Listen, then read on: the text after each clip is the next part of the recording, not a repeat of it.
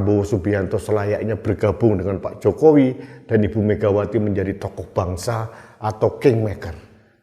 Beliau bertigalah menjadi tumpuan rakyat Indonesia untuk memberikan blessing, mengarahkan siapa calon presiden terbaik untuk Indonesia ini. Kalau itu terjadi, nama besar seorang Prabowo akan dijaga dan rekam jejak kekalahan itu akan terhapus begitu saja.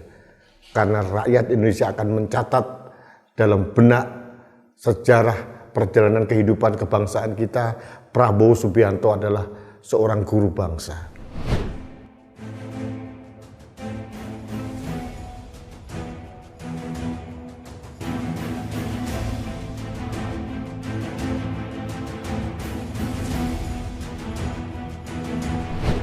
Halo sahabat Indonesia, kita bertemu kembali dalam Opini Rudy. Sahabat Indonesia, akhir-akhir ini perbincangan publik terkait dengan calon presiden itu masih terus hangat, malah menjurus ke arah yang panas. Sudah ada deklarasi dari PDIP untuk mengusung Ganjar Pranowo. Dan ini membuat koalisi yang dibangun oleh partai-partai yang lain seperti KIB, KIR. KIB itu adalah Koalisi Indonesia Baru, KIR itu adalah Koalisi Indonesia Raya. Ini menjadi agak sedikit goyah gitu loh. Kita tahu calon potensial selain Ganjar Pranowo adalah Prabowo Subianto. Tapi pertanyaan saya sekarang, meskipun sekarang Pak Prabowo Subianto mempunyai beberapa keunggulan. Yang pertama, dia masuk dalam Kabinet Presiden Jokowi. Ada kesan Pak Jokowi pun nyaman dengan Pak Prabowo. Ada dugaan juga Pak Prabowo mampu dan mau melanjutkan kesinambungan dari pemerintahan Presiden Jokowi.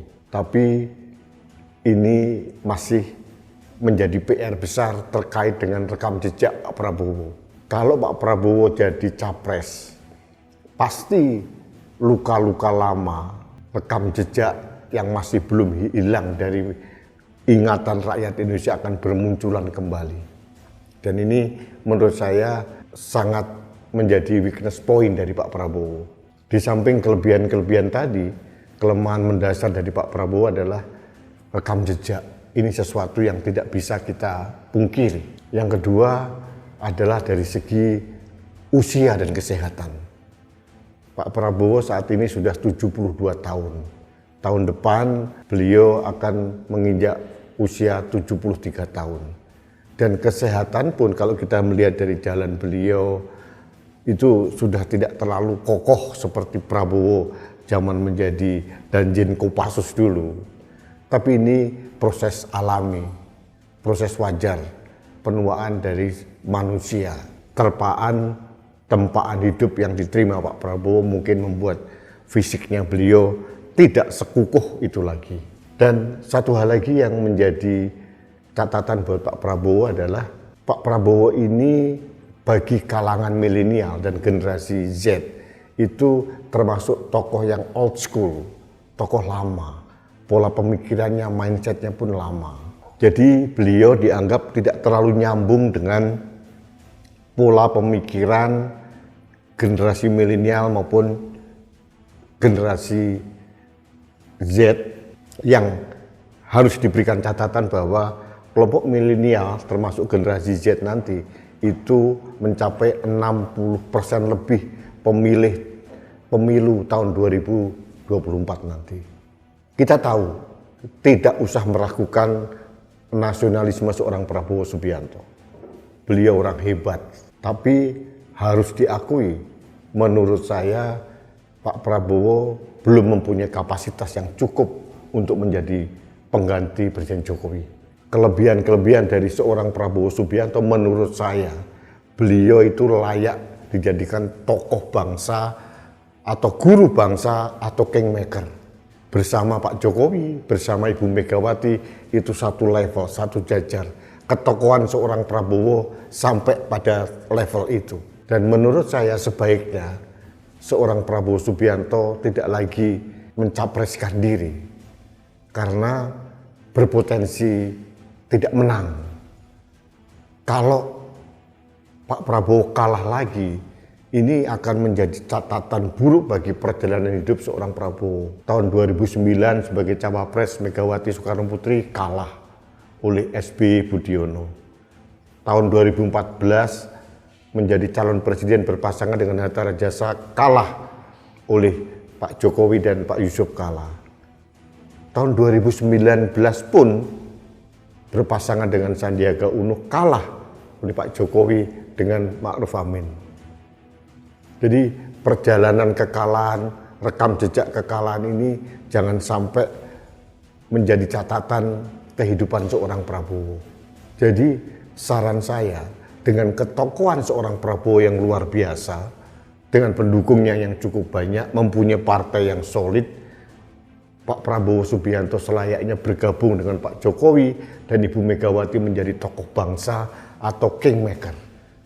Beliau bertigalah menjadi tumpuan rakyat Indonesia untuk memberikan blessing, mengarahkan siapa calon presiden terbaik untuk Indonesia ini.